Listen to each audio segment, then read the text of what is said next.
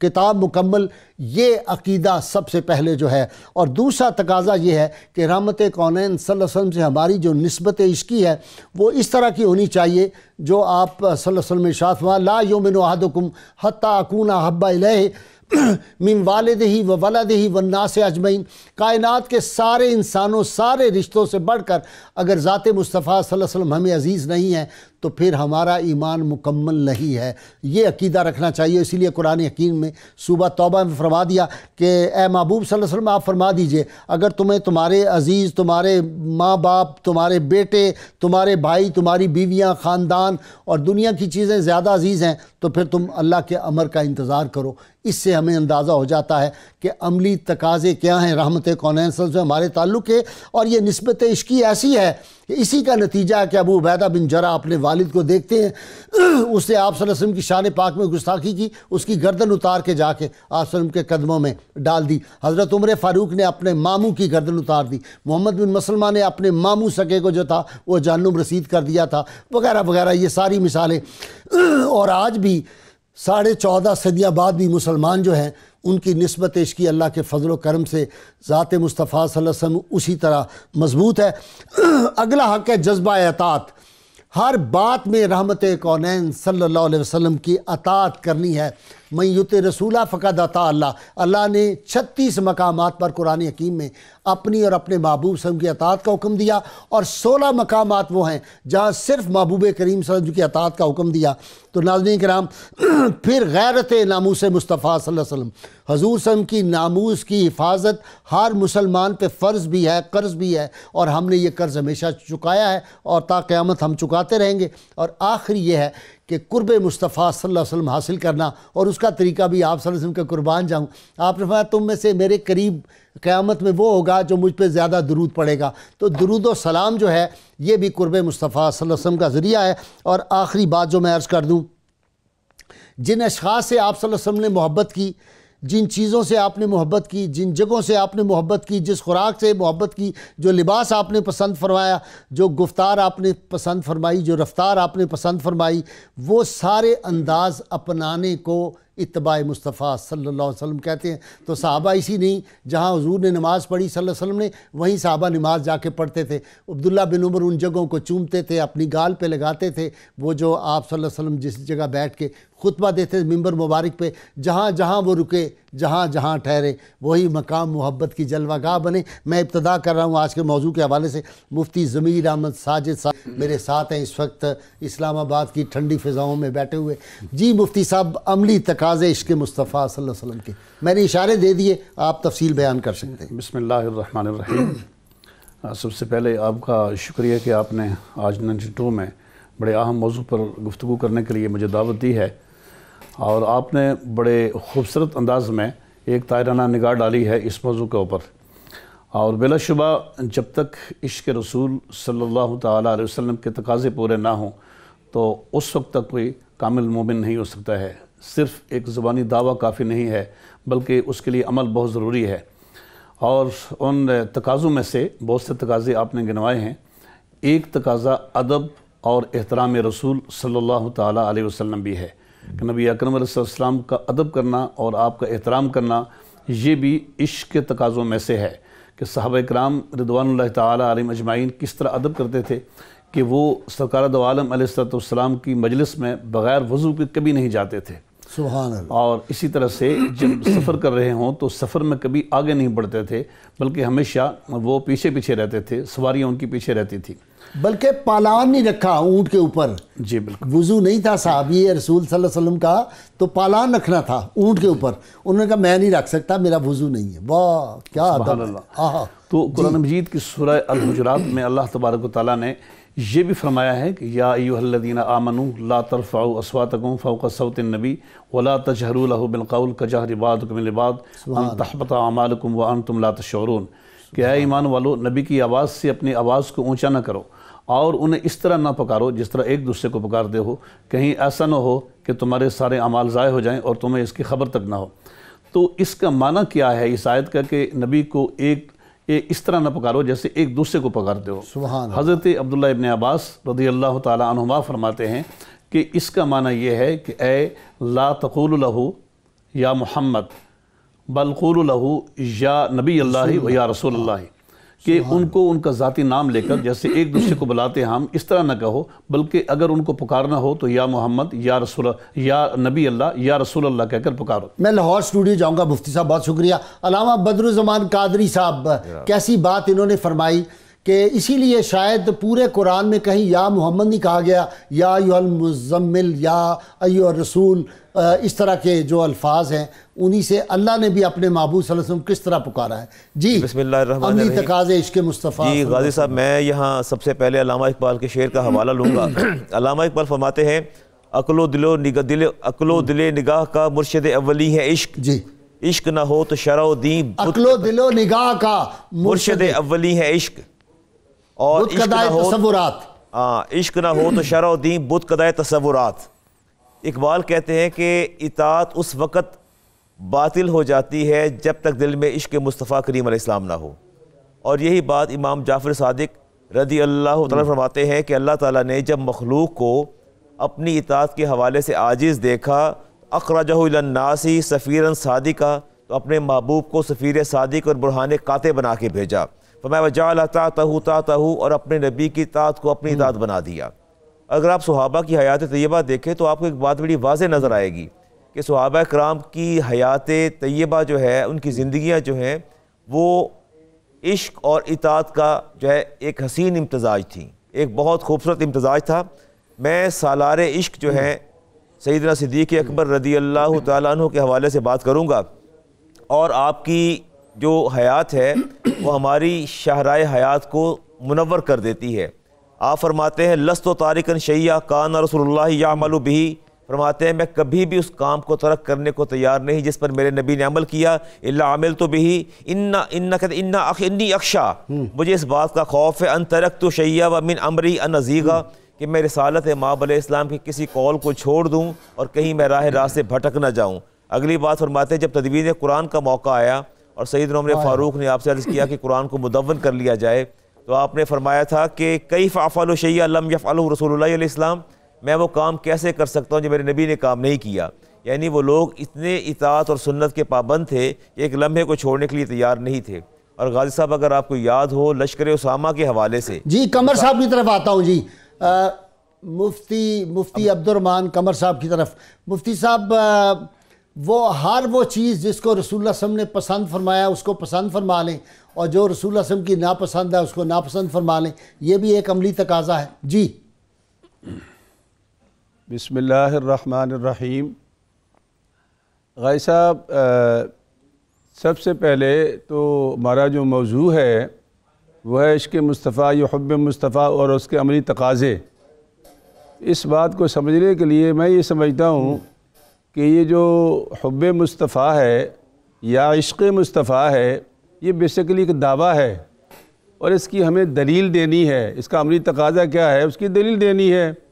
جس طرح اللہ پاک نے قرآن مجید میں فرقان حمید میں مثال دی ہے، ارشاد اللہ فرماتا ہے وَمِنْهُمْ مَنْ عَاهَدَ اللَّهَ لَئِنْ آتَانَا مِنْ فَضْلِهِ لَنَصَّدَّقَنَّ وَلَنَكُونَنَّ مِنَ الصَّالِحِينَ فَلَمَّا آتَاهُمْ مِنْ فَضْلِهِ بَخِلُوا بِهِ وَتَوَلَّوْا وَهُمْ مُعْرِضُونَ صدق اللہ العظیم۔ اللہ ارشاد فرماتے ہیں کہ میرے بندے دعوے تو کرتے ہیں یا اللہ مجھے مال دے، یا اللہ مجھے رزق دے، مجھے مالا مال کر دے، میں اتنے صدقے کروں گا، میں اتنی خیرات کروں گا کہ میرا نام نیکوکاروں میں لکھا جائے گا۔ اللہ فرماتے ہیں کہ جب میں اس کی خواہش کو پورا کر دیتا ہوں، مال عطا کر دیتا ہوں، تو بخیلو بھی پھر بخیلی شروع کر دیتا ہے۔ تو یہ اللہ پاک نے ایک مثال دی ہے ہمیں کہ دعویٰ کرنا آسان ہے کہ میں عاشق مصطفیٰ ہوں، دعویٰ کرنا آسان ہے کہ میں محب مصطفیٰ ہوں۔ اتباع کا جو ہے وہ طریقہ کیا ہے؟ حضرت عثمان غنی ذی النورین رضی اللہ تعالیٰ عنہ مکے میں تشریف لے گئے ہیں۔ سارے مکے والوں نے کہا تم شریف آدمی ہو، صاحب قدر ہو، سردار ہو، تمہیں اجازت ہے کہ تم چاہو تو طواف کر لو۔ حضرت عثمان غنی نے فرمایا کہ اگر میرا محبوب 1 سال تک بھی حدیبیہ میں بیٹھا رہے تو عثمان ان کے بغیر کبھی طواف نہیں کرے گا۔ تو یہ صحابہ کرام نے اتباع کے جو تقاضے ہیں، جو اس کے عملی تقاضے ہیں، وہ ہمارے سامنے پورے کیے ہیں۔ حضرت سیدنا علی رضی اللہ تعالیٰ عنہ سواری پر ڈاکٹر سوار طاہر ہوئے۔ امید تنولی صاحب کی طرف آتا ہوں جی جی ڈاکٹر طاہر امید تنولی اقبالیات کے ماہر، بمصطفیٰ بے رسا خیش را کے دی ہما اوست، اگر باؤ نہ رسیدی تمام بولا بیست۔ جی غازی صاحب السلام علیکم، بہت شکریہ۔ غازی صاحب جو موضوع آج کا ہے کہ عشق مصطفیٰ صلی اللہ علیہ وسلم کے تقاضے، عملی تقاضے کیا ہیں، بنیادی بات یہ ہے کہ جب عشق رسول صلی اللہ علیہ وسلم اختیار کیا جاتا ہے تو پھر زندگی میں مرکزیت صرف ذات مصطفیٰ اور آپ صلی اللہ علیہ وسلم کی نسبت ہوتی ہے۔ پھر بندہ مومن کے جتنے معاملات ہیں، سبحان اللہ، اس کے عقیدے کے، اس کی فکر کے، اس کی انفرادی زندگی کے، اس کے اجتماعی زندگی کے، وہ متعین ہوتے ہیں آپ صلی اللہ علیہ وسلم کی نسبت کے ساتھ۔ اور اس میں ایک بڑی بنیادی بات جس کی طرف آپ نے اپنے ابتدائی میں بھی اشارہ فرما دیا وہ یہ ہے کہ ہمیں یہ نہیں بھولنا چاہیے کہ سب سے پہلے ذات مصطفیٰ ہے، اس کے بعد آپ کی اطاعت ہے، آپ کے معمولات ہیں، آپ کی سیرت ہے، اور یہ قرآن مجید کا اسلوب ہے۔ نون والقلم وما یسطرون وما انت بنعمت ربک بمجنون وانک لعلی خلق عظیم۔ اب ترتیب دیکھیں، اللہ رب العزت نے سب سے پہلے ہر اس چیز کی قسم کھائی جو لکھی جا رہی ہے، اور صاف ظاہر ہے اس میں سب سے پہلے قرآن مجید ہے جو لکھا ہوا ہے اور جس کے بارے میں بات ہو رہی ہے، جس کے اندر بات ہو رہی ہے۔ یعنی قرآن مجید کی قسم کھا کے ارشاد فرمایا ہے میرے رسول ہم نے آپ کو ہر طرح کے نقص سے پاک پیدا کیا، پھر فرمایا ہم نے آپ کو اخلاق عالیہ کے مقام پہ فائز فرمایا۔ تو جب آپ نے پیروی کرنی ہے تو آپ کی سیرت کی کرنی ہے، لیکن اس سے پہلے اسلوب قرآنی جو ہے وہ ہم نے نظر انداز نہیں کرنا کہ آپ صلی اللہ علیہ وسلم کی ذات پاک کے ساتھ ایک ایسا تعلق ہو کہ آپ کی ذات ہر لحاظ سے بندہ مومن کے لیے عملاً بے مثل اور بے نظیر ہو۔ غازی صاحب قبلہ جب یہ چیز متعین ہو جاتی ہے نظریاتی سطح پر، فکری سطح پر، اعتقادی سطح پر، تو پھر زندگی کی ساری ترجیحات کا تعین جو ہے وہ ذات مصطفیٰ اور نسبت نبوی کے لحاظ سے ہو رہا ہوتا ہے۔ دوسری بات، عشق کا دعویٰ اگر وہ عشق ہے تو وہ عمل سے خالی ہو ہی نہیں سکتا۔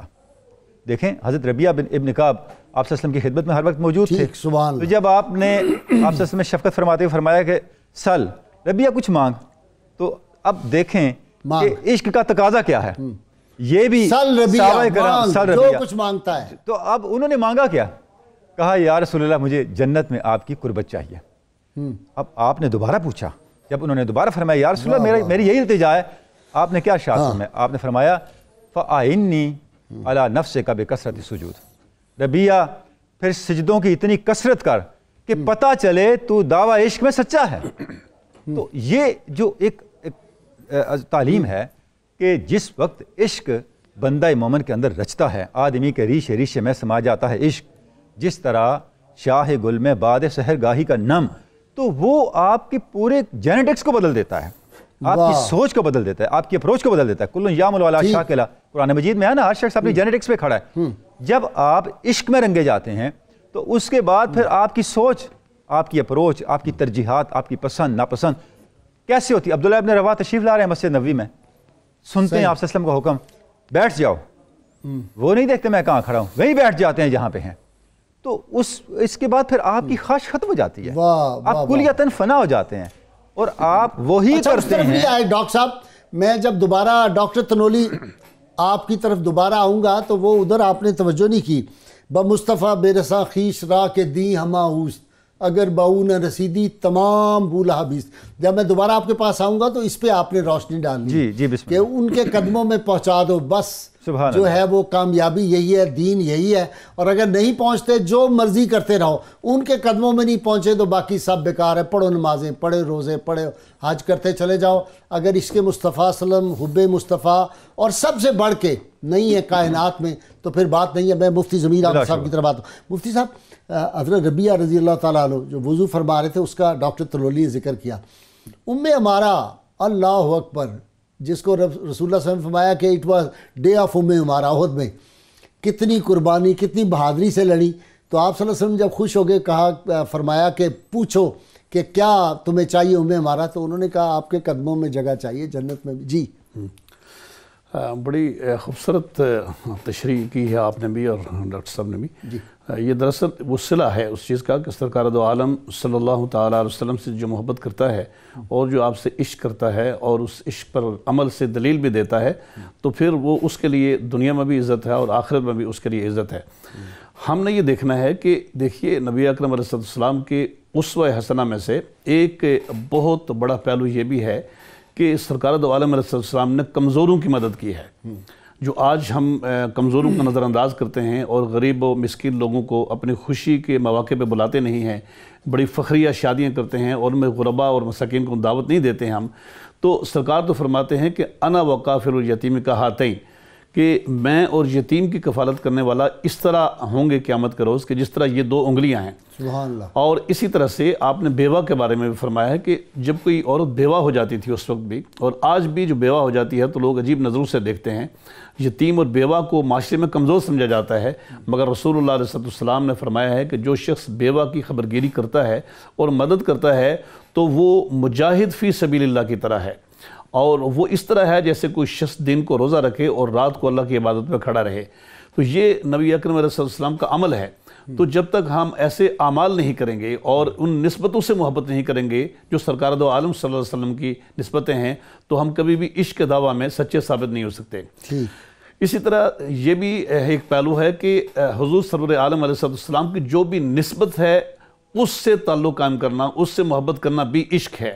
جیسے کہ سرکار دو عالم علیہ السلام, اہل بیت اطہار کا ادب, اہل بیت اطہار رضوان اللہ تعالیٰ صحابہ کرام کا ادب, صحابہ کا ادب ہے, ازواج مطہرات رضی اللہ تعالیٰ عنہن کا ادب ہے, اور اس شہر کا ادب ہے جہاں پر آپ رہے ہیں, اس لباس کا ادب ہے جو آپ نے پہنا ہے, اور وہ اسلوب گفتگو اپنانا ہے جو آپ کا اسلوب گفتگو تھا. کدو کو کدو شریف کہنا ہے جو سرکار نے پسند فرمایا. جی بالکل. جو خوراک بھی آپ نے پسند فرمائی وہ بھی, جو ہمیں بڑا پسند ہے. اب ساری دنیا جو ہی کھائے گی ناظرین کرام.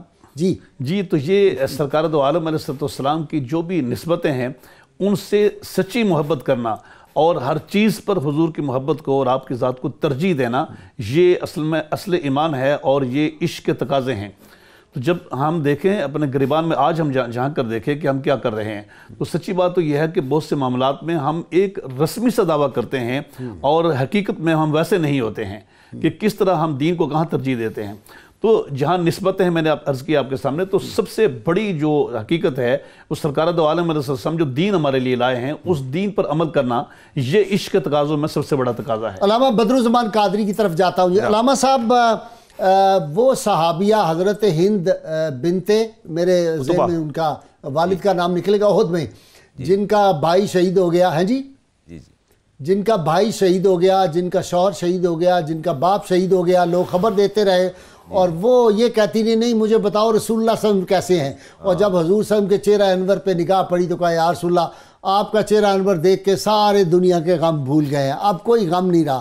یہ ایک ہونا چاہیے. اور دوسرا یہ بتائیں کہ اگر نعت ساری رات بندہ سنتا رہے تو یہ بھی عملی تقاضا نہیں ہے کہ ساری رات نعت سنے, صبح نماز چھوڑ دے صبح کی, تو تقاضا تو پورا ہو گیا نا عشق کا, کیا خیال ہے؟ نہیں, میں نہیں سمجھتا کہ تقاضا پورا ہو گیا, بلکہ یہ تو زبانی دعویٰ ہے تقاضا پورا ہونے کی, بات اس میں ہرگز نہیں ہے. اور ہمارے اس وقت جو موجودہ حالات ہیں, ہم نے عشق کا پیراہن ہی بدل ڈالا ہے. میں آپ کو ایک خوبصورت مثال آپ کے سامنے رکھتا ہوں کہ اتباع اور عشق یہ دونوں چیزیں کیسے سامنے آتی ہیں.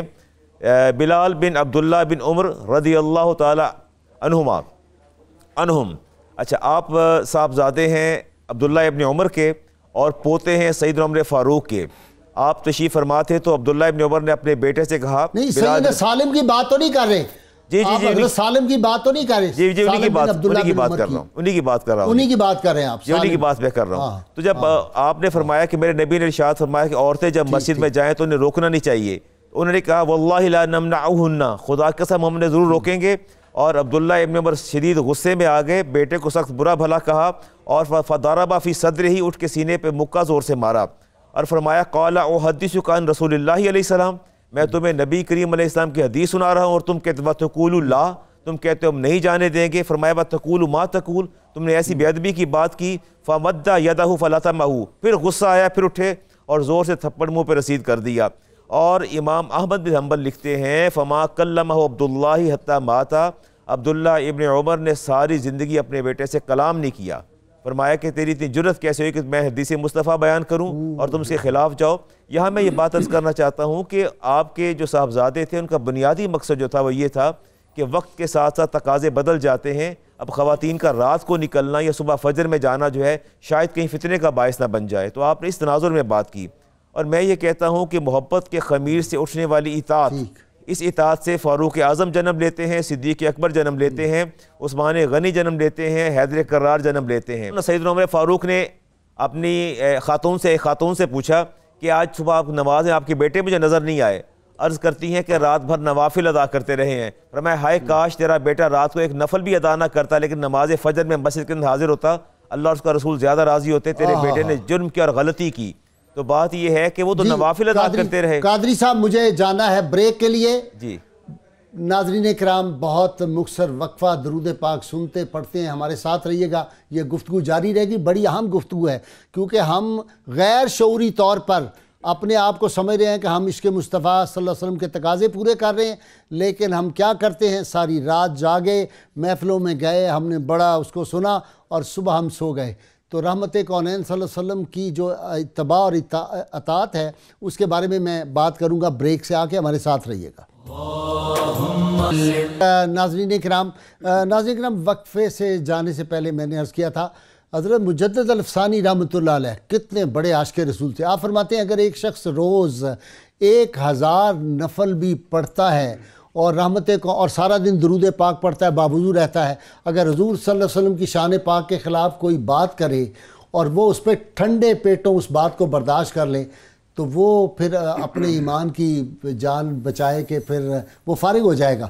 تو اس لیے پھر فرماتے ہیں کہ ایک آدمی ہزاروں نفل پڑھتا رہے ہو پہاڑ کے برابر بھی اگر وہ صدقہ خیرات کرتا ہے لیکن زکوٰۃ نہیں دے جو فرض ہے، یا رسول اللہ صلی اللہ علیہ وسلم کی کسی سنت پہ عمل کرے، صرف سیویاں کھا لے، کوئی میٹھی چیز کھا لے عید الفطر پہ جاتا ہوا سنت سمجھ کے، وہ 1000 نفل سے زیادہ افضل ہے۔ یہ ہے اتباع مصطفیٰ صلی اللہ علیہ وسلم۔ جی قادری صاحب کی بات ہو رہی تھی جی لاہور سے، علامہ بدرالزمان قادری اپنی بات مکمل فرمائیں۔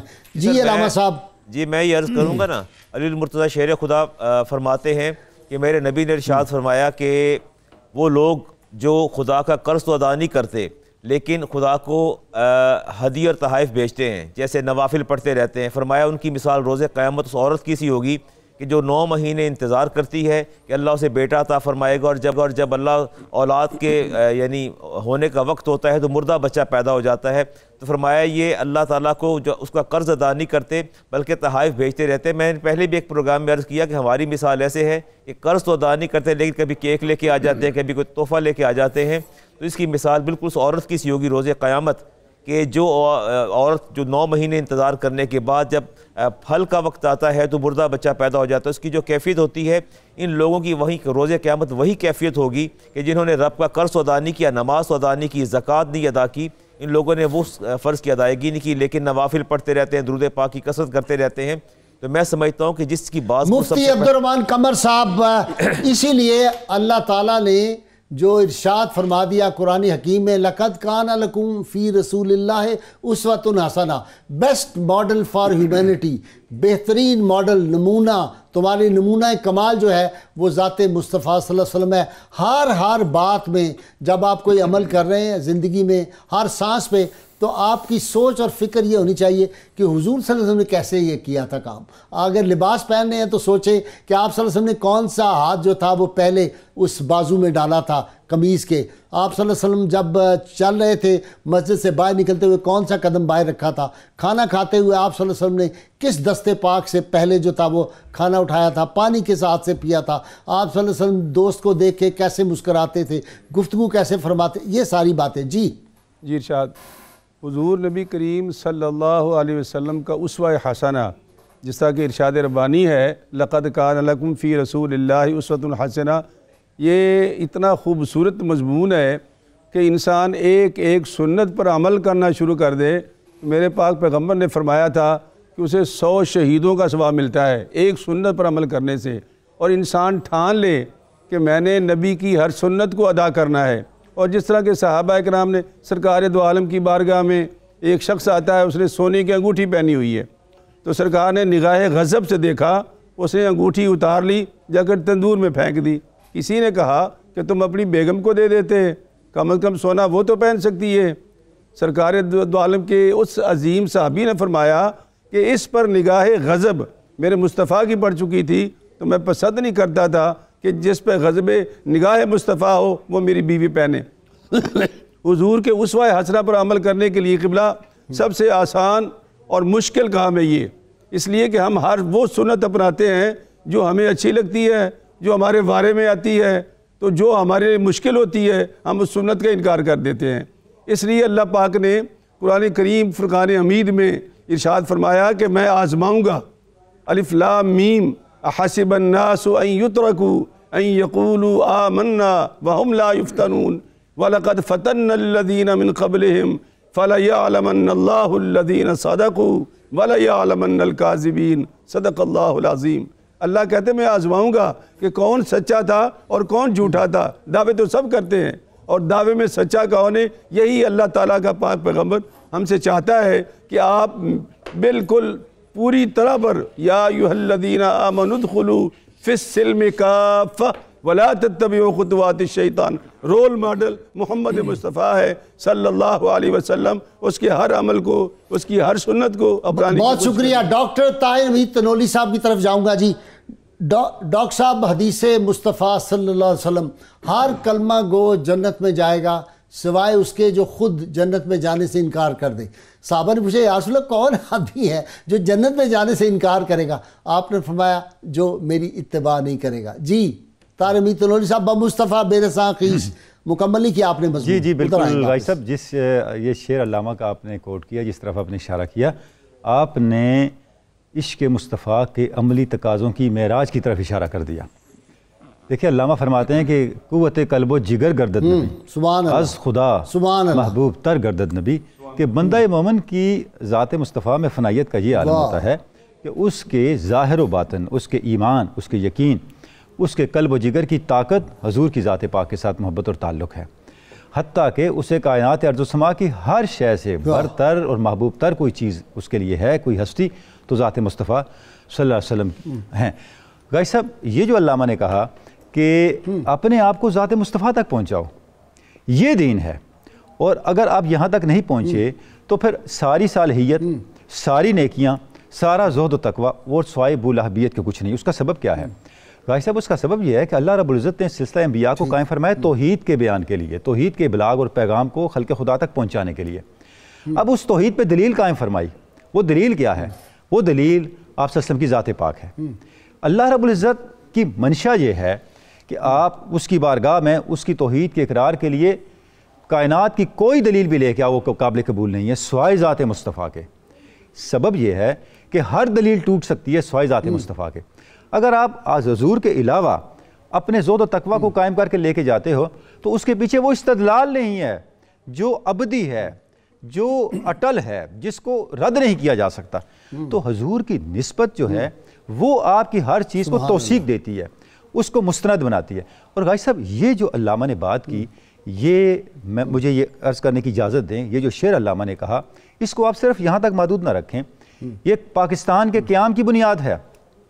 ہم عملی تقاضوں کی بات کر رہے ہیں۔ جس وقت وہ کیسے؟ یہ تو کمال کی بات کی آپ۔ جی غازی صاحب، جس وقت یہاں پہ یہ ڈیبیٹ چلا کہ ہم قومی تشخص کو کہاں سے تلاش کریں، اس کا اوریجن کہاں سے ہونا چاہیے، علاقے سے ہونا چاہیے، نسل سے ہونا چاہیے، جغرافیہ سے ہونا چاہیے، رنگ زبان سے ہونا چاہیے۔ علامہ نے فرمایا نہیں، ہماری اصل ذات مصطفیٰ سے ہے، بس بمصطفیٰ برساں خویش۔ ہماری قومی شناخت، ہمارے اجتماعی وجود کی اصل اور اس کا سرچشمہ ذات مصطفیٰ صلی اللہ علیہ وسلم ہے۔ اور یہ وہ قوم اوطان سے نہیں بنتی، قوم اوطان سے نہیں بنتی، وہ ذات مصطفیٰ کے ساتھ اور آپ صلی اللہ علیہ وسلم کی نسبت کے ساتھ بنتی ہیں۔ اور غازی صاحب، اس چیز کو پھر اون کیا، آپ تصور کریں، میں یہاں قائد اعظم کا ایک بیان کوٹ کرنا چاہوں گا۔ 4 اپریل 1941 کو کانپور میں جلسہ تھا، جس کو اس وقت کی جو سیکورٹی ایجنسیز تھیں انہوں نے بھی رپورٹ کیا، اور آج سب کچھ یہ ڈاکیومنٹڈ ہے اور ریکارڈ کا حصہ ہے۔ قائد اعظم نے فرمایا ہم نے یہ جو فیصلہ کیا ہے کہ اقلیتی صوبوں کے 2 کروڑ مسلمانوں کو اکثریتی صوبوں کے 7 کروڑ مسلمانوں پہ قربان کر دیں۔ آپ کیا سمجھتے ہیں کہ ہم بے سوچے سمجھے یہ فیصلہ کر رہے ہیں؟ میں کیوں اقلیتی صوبوں کے 2 کروڑ مسلمانوں کو قربان کر رہا ہوں پاکستان کا مطالبہ کر کے؟ صرف ایک بات کے لیے، میں ریاست مدینہ کا احیاء چاہتا ہوں۔ یہ مقصد تھا کہ جس ریاست کو آپ صلی اللہ علیہ وسلم نے قائم فرمایا وہ اس کو زندہ کرنا چاہتے تھے۔ انہیں بڑی کلیئرٹی کے ساتھ وہ اس سفر پہ گامزن تھے۔ مفتی ضمیر صاحب، میں مفتی ضمیر صاحب کی طرف، جی اسلام آباد، جی مفتی صاحب، میں زمانہ طالب علمی پڑھا کرتا تھا کہ ہم نے ہر دور میں تقدیس رسالت کے لیے وقت کی تیز ہواؤں سے بغاوت کی ہے اور توڑ کر سلسلہ رسم سیاست کا فضول ایک فقط نام محمد سے محبت کی ہے صلی اللہ علیہ وسلم۔ جب رسول اللہ صلی اللہ علیہ وسلم کی محبت کا ہم نے دعویٰ کر دیا، عشق مصطفیٰ کا دعویٰ کر دیا، پھر ہم نے یہ نہیں دیکھنا کہ میرے لیڈر نے یہ بات کہی ہے تو میں نے اس کو ڈیفینڈ کرنا ہے چاہے وہ دین کے خلاف ہے۔ میں نہیں دیکھنا میرے مذہبی رہنما نے کوئی بات کی ہے، میرے پیر نے، میرے کسی جن کو میں بہت بڑا مانتا ہوں انہوں نے بات کی ہے۔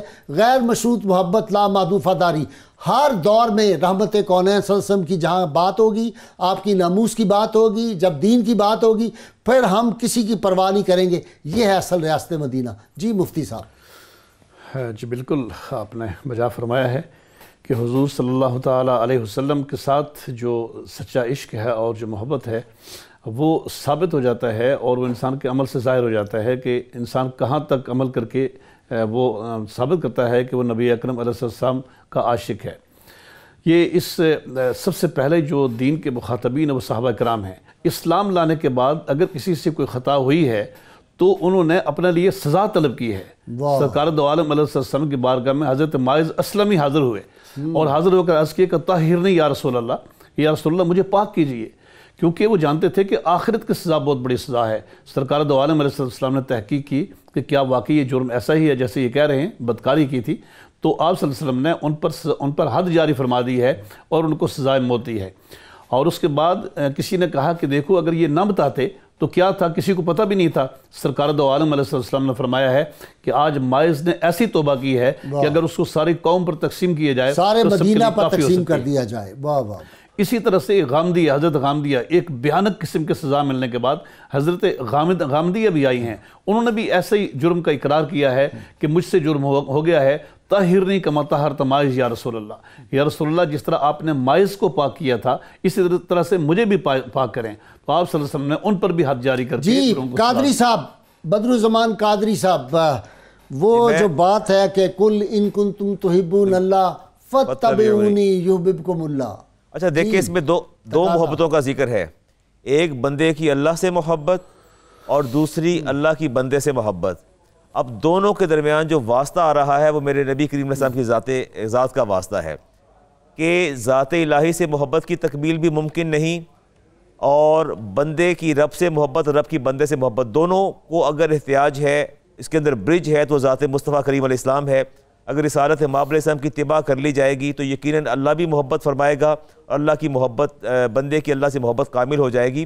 عصر حاضر میں جو بدترین فتنہ پیدا ہو رہا ہے اور بڑے عرصے سے میں دیکھ رہا ہوں، حدیث مصطفیٰ کو سیٹ اسائڈ کیا جا رہا ہے اور کوشش یہ کی جاتی ہے جی قرآن سے بات کریں، قرآن سے بات کریں۔ یہاں میں امام عبدالرزاق کی حدیث آپ کے سامنے پیش کرنا چاہوں گا، اور امام بہقی نے بھی اس کو نقل کیا۔ مذاکرہ چل رہا تھا، گفتگو چل رہی تھی، عمران بن حسین تشریف فرما تھے، اور آپ نے جب بات کی حدیث مصطفیٰ کی تو ایک شخص نے کہا جی آپ قرآن سے بات کریں، آپ قرآن کی بات نہیں کرتے، تو آپ شدید غصے میں آگے فرمایا قولا انک لاحمق، فرمایا تم انتہائی احمق آدمی ہو، تم انتہائی احمق آدمی ہو۔ فرمایا او وجدت فی القرآن صلاۃ الظہر، کیا تمہیں قرآن کریم کے اندر 4 رکعات، قرآن مجید کے اندر کہیں ظہر کی 4 رکعت نظر آئی ہیں؟ فرمایا والعصر 4 رکعات، اور کیا عصر کی 4 رکعت کہیں قرآن میں نظر آئی ہیں؟ وہ خاموش ہو گیا۔ فرمایا مجھے یہ بتاؤ کہ لا تجہروا فی شیء منہا، تم دونوں میں قرات نہیں کرتے، اور مغرب کی 2 رکعت میں قرات کرتے ہو، ایک میں خاموش ہو جاتے ہو، عشاء کی میں 2 قرات کرتے ہو، فجر میں 2 قرات کرتے ہو، تم نے کہاں قرآن کے اندر دیکھا؟ فرماتے لما نحن فیہ یعدل القرآن، واللہ ہم نبی کی سنت و قرآن کی مثل سمجھتے ہیں۔ جو کچھ میرے نبی نے فرمایا، یقین وما ینطق عن الہوی ان هو الا کیا ہے اپنا قادری صاحب؟ جی قادری صاحب، وہ ایک حدیث پاک ہے نا کہ قرب قیامت میں لوگ کہیں گے کہ قرآن میں یہ لکھا ہے، قرآن میں، اور میں یہ کہتا ہوں، اور حدیث کی وہ بات نہیں کریں گے، اس طرح کی کوئی مفہوم کی حدیث ہے ایک میرے بات ذہن ہے میں؟ کہ آپ نے فرمایا قیامت کے دن، قیامت کے نزدیک اس کی علامت ایک یہ بھی ہوگی کہ بڑے بڑے لوگ جو اپنے آپ کو علامہ فہامہ کہلائیں گے، یہ دین کے دعوے دار ہوں گے، علم کے دعوے دار ہوں گے، تکیوں سے ٹیک لگا کے بیٹھے ہوں گے، اور پھر جب اسے پوچھا جائے گا تو کہے گا نہیں ہم تو قرآن کی بات کرتے ہیں۔ تو آپ نے فرمایا کبھی اس چیز کو نظر انداز نہ کرنا۔ آج ہم نے قرآن اور حدیث کے اندر حد فاصل کھینچ دی۔ میں یہ سمجھتا ہوں کہ قرآن بغیر حدیث کے سمجھ آ ہی نہیں سکتا۔ ایک حدیث، ایک وحی مطلوع ہے اور ایک غیر مطلوع۔ اگر قرآن کریم حدیث وحی مطلوع ہے تو میرے نبی کا قول وحی غیر مطلوع ہے، اس کے درمیان لائن آف ڈیمارکیشن نہیں کھینچی جا سکتی۔ جو ارشاد میرے نبی کا ہے وہی میرے رب کی رضا ہے۔ وما ینطق عن الہوی ان هو الا وحی یوحی، اللہ فرماتے ہیں میرا نبی اپنی مرضی سے کلام نہیں کرتا بلکہ جو بھی کلام فرماتا ہے وہ اپنے رب کی مرضی سے کلام فرماتا ہے. تو یقیناً آپ کو اگر یاد ہو حجر اسود کی بات ڈاکٹر طاہر امید تنولی کی طرف جاؤں گا. جی ڈاکٹر صاحب, ڈاکٹر طاہر امید تنولی, قرآن کی اتھینٹسٹی ہمیں کہاں سے ملی جی؟ زبان مصطفیٰ نے قرآن حکیم کی اتھینٹسٹی ہمیں دی ہے نا. حضور نے فرمایا صلی اللہ علیہ وسلم نے کہ یہ قرآن ہے تو ہم نے مانا کہ یہ قرآن ہے. جی گائی صاحب آپ نے فرمایا خدا ہے تو ہم نے مانا کہ خدا ہے. جی گائی صاحب قبلہ, یہی ہم عرض کر رہے ہیں کہ اللہ رب العزت کے وجود کی دلیل کامل آپ صلی اللہ علیہ وسلم کی ذات پاک ہے. قرآن مجید ہمیں ملا آپ صلی اللہ علیہ وسلم کے ذریعے سے ملا. تو سب سے پہلے تو آپ کی ذات پاک ہے. خود قرآن مجید نے یہی ترتیب قائم کی.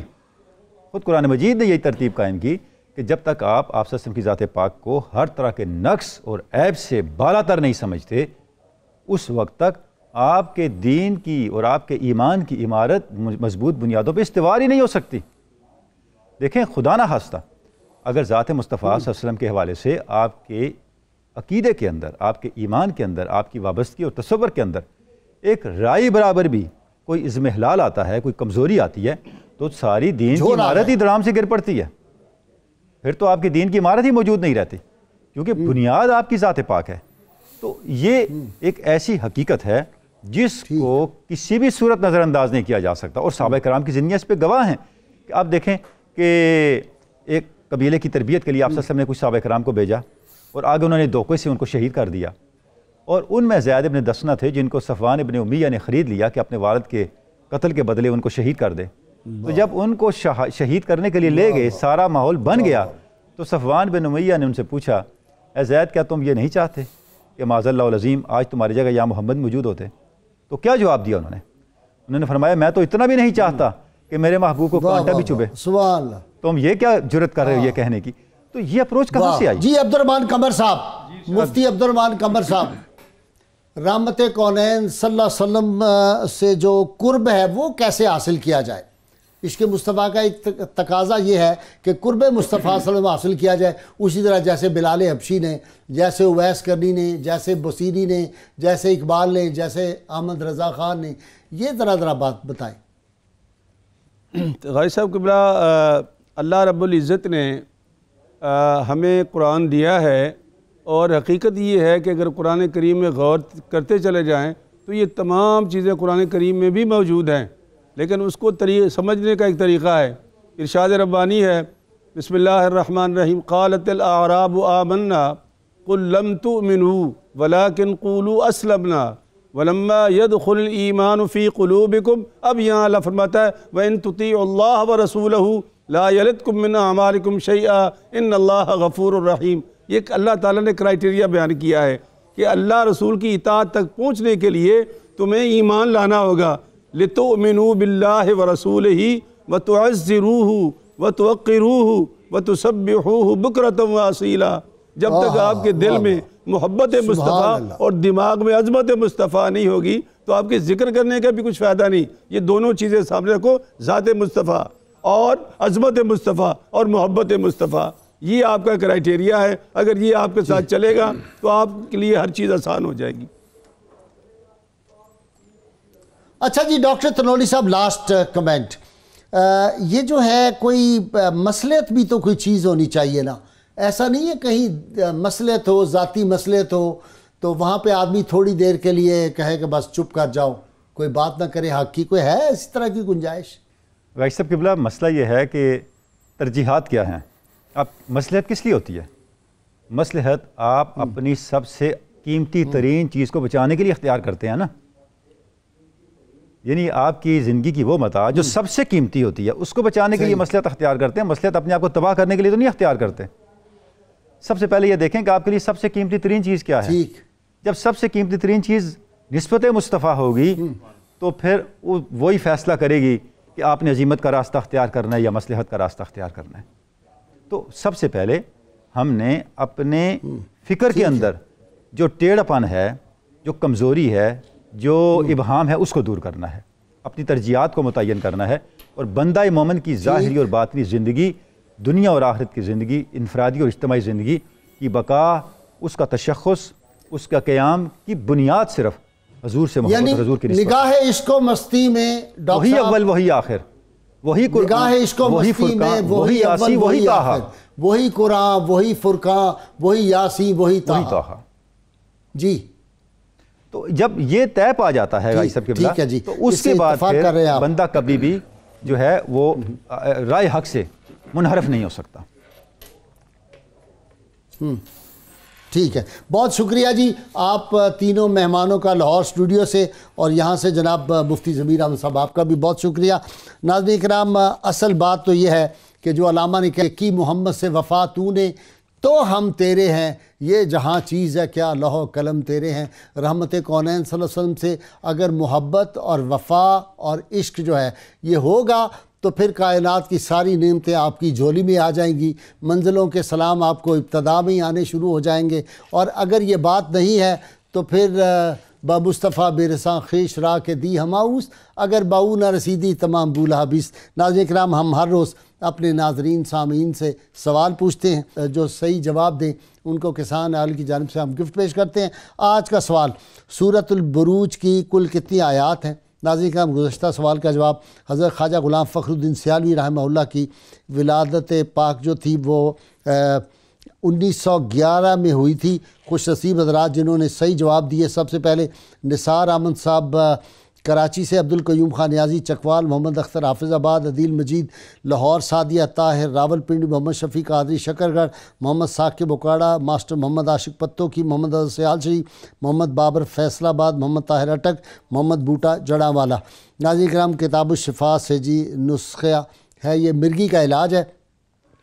اگر کسی شخص کو مرگی کے دورے پڑتے ہوں تو نماز فجر کے بعد کسی کاغذ پر رسول اللہ صلی اللہ علیہ وآلہ وسلم کا اسم مبارک المرتضیٰ صلی اللہ علیہ وسلم 135 بار لکھ کر وہ کاغذ پانی میں بھگو کر مریض کو پلا دیں، انشاءاللہ شفا ہوگی۔ شرط یہ ہے اول و آخر کم از کم 11 مرتبہ کوئی بھی درود پاک جو آتا ہو ضرور پڑھیں۔